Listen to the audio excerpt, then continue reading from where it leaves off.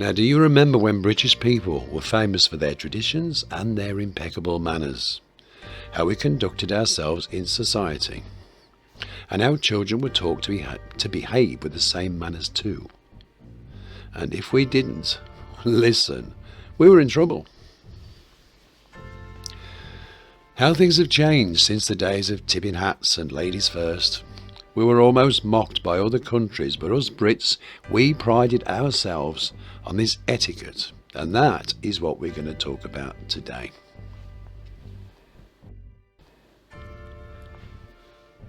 How Britain has changed when it comes to courtesy, tradition and conduct.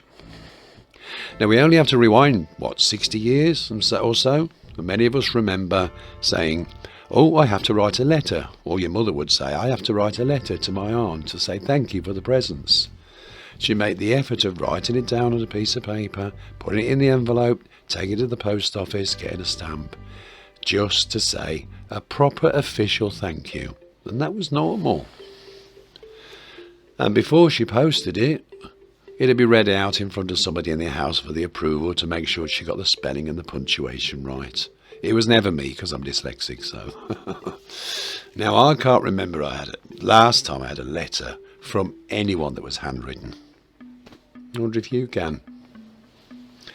Now, that trip that we used to take down the local shop, now we'd probably be going there for years. But when you walked in there, it was always Mr. or Mrs. Even though they knew the whole family. But that kind of exchange of just hello and how are you was just enough to make you feel part of that community. And if the doorbell, remember those old doorbells, somebody opened the door, the ding-a-linged, and somebody else walked in, everybody else would be greeted with the same manner. Albeit you might have known the person, it could even have been the person next door. But you still said hello, Mrs. or Mr. You went about your business in that shop, had a little polite chat, and even if your stock wasn't there, yeah, you were disappointed, but you weren't disgruntled. You just had to wait, or you had to try and get something else. Now look at the difference today. You can walk into a self-service shop, pick all your stuff, stick it in your trolley or in your basket, go to a self-service checkout, right, leave there, get in your car, get your petrol from a petrol pump where you just use your card and there's no one there at all. So you could go out, do your shopping, come back and not speak to a soul. Now I can't help think that maybe this world is just slightly a lonelier place, even though there's more people in it today than there's ever been. And people did that. People went to the shops because they literally wanted some contact. And I'll tell you a story about the Lincolnshire Echo when I worked there 30 years ago. I took a job at the Lincolnshire Echo while I was a student, and our simple job was just to telephone people at home and ask them if they were interested in getting a copy of the Lincolnshire Echo delivered to their doors in the evenings. How convenient would that be? Don't have to worry about newspaper shop running out of copies, or didn't have to worry about, being late or anything like that. Or the point was you can get your paper through your door without even having to walk down the road. I mean, how convenient was that? But we are going back to the day when I just talked about the traditional shops and those little light exchanges of conversation that was sometimes part of people's day. And some of them used to answer the phone, and they were always very polite. Remember, we're going back to the late 80s here, where people used to love being called on the telephones, especially from a newspaper. They probably thought we was going to interview them. But they'd always say the same answer, particularly the elder people. They would always say, the only chance I get to go out the house and see people, even if it's just to say hello, is when I walk in that shop to buy that paper. If I had a home delivery, I wouldn't see a soul. Well, kind of tells you even a small interaction with other people makes such a difference. Right, we're going on to people now that always wore hats, and they did 50, 60 years ago. Not baseball caps turned around, but proper hats and caps.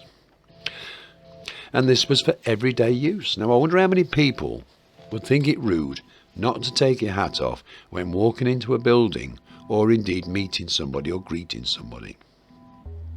But it is impolite. Even when passing an acquaintance in the street, a gentleman would always raise his hat to say hello. My dear old grandfather, he always wore he was a trilby, and that hat was off when he was walking into the house. He was such a polite dear old gentleman, and he had such grace. A thick black country accent, but he was such a gentleman. You don't see that today, do you really? And I also can remember him stepping onto one side of the pavement to allow a lady to pass. Now here's a piece of etiquette that I actually don't remember myself, but I was doing a bit of research, and it's going back to maybe the late 1800s. Now, standing in the street chatting, maybe two women standing in the street chatting, was frowned upon. The reason being is because it was indicating that they had nothing better to do with their time than to stand around instead of cleaning the houses or getting on with the chores or whatever. But it also meant that they were just talking idly, and therefore they must be gossiping. So what the polite thing was to do, if you met a friend, you could chat, but you must walk at the same time. So when you think of that phrase, idle chatter, we know where it comes from now, don't we? Now, before I go on any further, this wasn't just for the rich or the ones that were deemed as posh, but this was an effort that was natural for all classes. In fact, sometimes when you looked at it, the poorer a person was, the more they wanted to gain etiquette in order to have some sort of, level in society. My grandmother, she was a Romany gypsy, and they left the barge and they literally went into the houses. First thing she wanted to do was so she could become the norm, if you like, was to practice her social etiquettes. So everything was an effort. Everybody dressed for the right occasions, polished shoes, iron shirts, Sunday ties, ladies' clothes, no matter what the fashion was, that would be spick and span, with all accessories that must match. But always the right accessories, and not too much, and never skirts with trainers. Now we ourselves, we were a poor family, but we would go to a function and we could not go without brill cream. And we could not go out without the shoes being utterly polished. The clothes might not have been spanking new, but they were ironed. And that was our Sunday night out at the local Labour social club. But we had to be seen to be looking nice. Comparing today, I have seen people walking into shops in their dressing gowns in the middle of the day. How about that? Now, without wanting to sound like a snob, and clearly I'm not, you can tell the way I speak, but eating in the street was never allowed. Maybe an ice cream at the seaside, or fish and chips open when sat on a public bench. But if you don't look like Marlon Brando, and you're not as cool as James Dean, chewing gum for hours on end is not polite, especially when you start blowing those bubbles and making those clicky clacking noises. We were always told off for that. Now the dining table was for exactly what it was called, nothing else. Eating and conversation. And this would be without the radio or the television, and should the telephone ring, it was politely answered by, "We're just having dinner, I'll speak to you later." That's for those who had telephones. But you found it was rare that people would call you during dinner, because dinner was normally served around the same time in all households. And no one would ever telephone you after 8 o'clock. Now, mobile phones today, well, they're an interruption all the way, aren't they? People sat at the dinner table just texting away, text messaging, not talking to each other. If they'd have been around My parents were at the dinner table. Trust me, those mobile phones would have been in the dustbin. Not to forget the telling off of kids for having elbows on the table, eh? Don't talk with your mouth full. Oh, I'll say that again. And further back in years, you had to ask to be excused from the table. That before TV dinners arrived. Now let's talk about the telephone. Now, do you know that there is a named phobia for those people who have smartphones that can't keep away from them? And it's called nomophobia. Honestly, no phone phobia, basically. They have help pages on the internet to get people away from that addiction of wanting to be in touch with social media at 24 hours a day. Answer every single message. They have to literally try and wait 10 minutes before they answer the message, and then wait 15 and 20 and so on and so forth. But we all have them, and we know how important they are. But do people have to respond to them there and then? Halfway through a sentence sometimes. It's just, no apology, no excuse. Now, if I've got to be honest, if I'm going out somewhere and I'm with someone and I say, listen, I'm expecting a call, I hope you don't mind. Yeah? Or I say, I need to go outside and make a call. But some people just start making a call as you're talking. How rude is that? But I remember one day, you're not going to like me for this, and please don't thumb me down, but I was out with a friend of mine, and he was on that phone text messaging all the time, to the exclusion of anything. In fact, I had to keep going buying the drinks because he was too busy to go up the bar. I think I fell for that one. In the end, I got that fed up, got his mobile phone, and chucked it straight in his pint. I won't tell you what happened after that, but we didn't speak for a long time. It's rude. Sorry. But you see, I see people gazing into their phones whilst they're walking down the street. And then they're bumping into people, glued to their screens, and the person that they bumped into is the one that's supposed to apologise. Now, I'm beginning to wonder whether I've made this video just to have a rant. I'm not, honestly.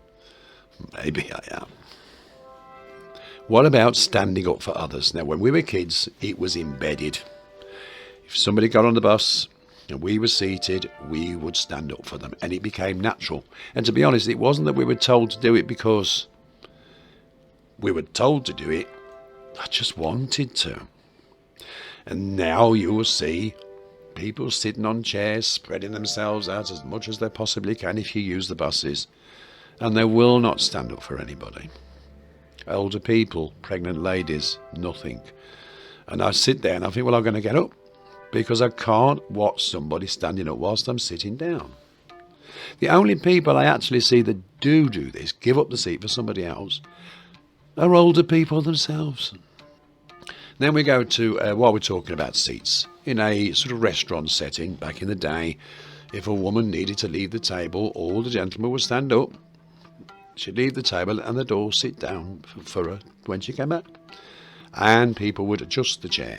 I think waiters do this today, don't they? Adjust the chair for a lady to sit down. In fact, they do it for gentlemen and ladies, Today, well, in the general public, I think you only ever see them on those old movies, don't you? Those black and white movies that we all love. Celia Johnson and the other fella. Brilliant movie. What about The Train? What was it called? Oh, you'll know, you'll tell me. But what I miss is those old movies where you could understand the people with no swearing or bad language. Did we swear in front of our parents? No, not in our house. But those best movies with the effing and jeffing, I just find it so unnecessary. And to be honest, the film could be 20 minutes shorter. They left out all that language. Now, I know we all have bad tempers and language comes out, but today it's everywhere. It's even on the BBC.